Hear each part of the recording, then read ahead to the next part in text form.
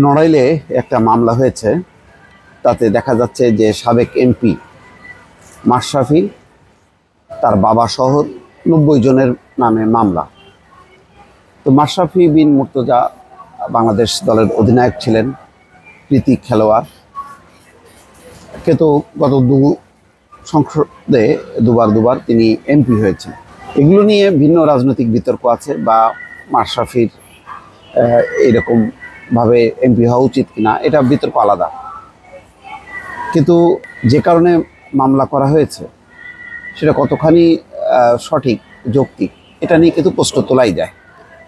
নড়াইলে বৈষম্য বিরোধী ছাত্র আন্দোলনের মিছিলে গুলি, বোমা বিস্ফোরণ ও মারধর করার অভিযোগে আওয়ামী লীগের যুব ও ক্রীড়া বিষয়ক সম্পাদক সাবেক এমপি মাশরাফি বিন মুর্তজা, তার বাবা গোলাম মুর্তজা সহ 90 জনের নামে মামলা হয়েছে।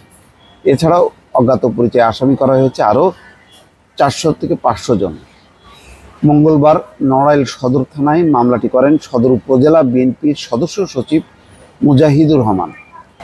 বুধবার সকালে নড়াইল সদর থানার ওসি মোহাম্মদ সাইফুল ইসলাম জানান, গতকাল রাতে মামলাটি হয়েছে। এখন পর্যন্ত এই মামলায় কাউকে গ্রেপ্তার করা যায়নি। আচ্ছা, এখানে 1 নম্বর আসামি করা হয়েছে মাশরাফি বিন মুর্তজা।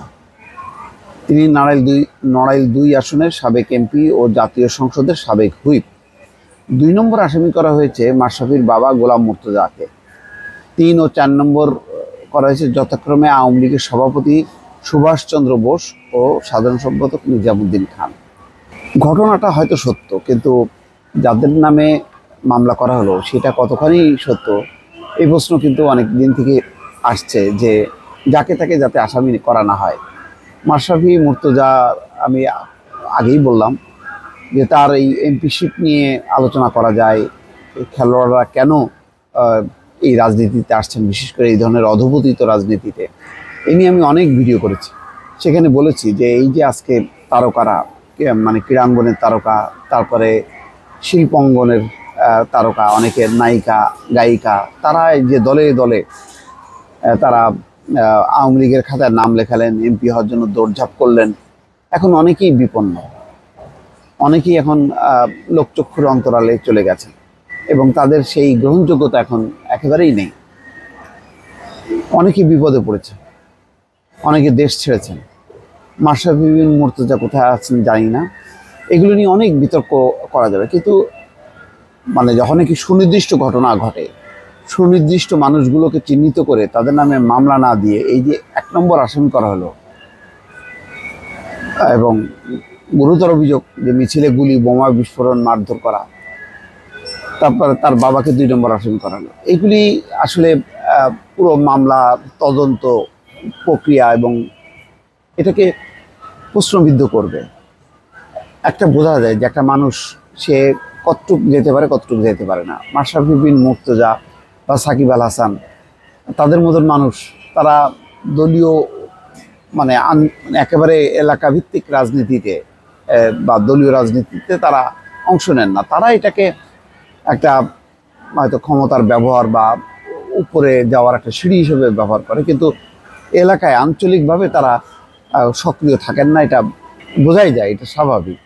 তাদের লক্ষ্য অনেক বেশি, তারা হয়তো বিসিবির প্রেসিডেন্ট হতে চান বা মন্ত্রী হতে চান, এবং অধিকাংশ সময় তারা হয়তো ঢাকাতেই থাকেন।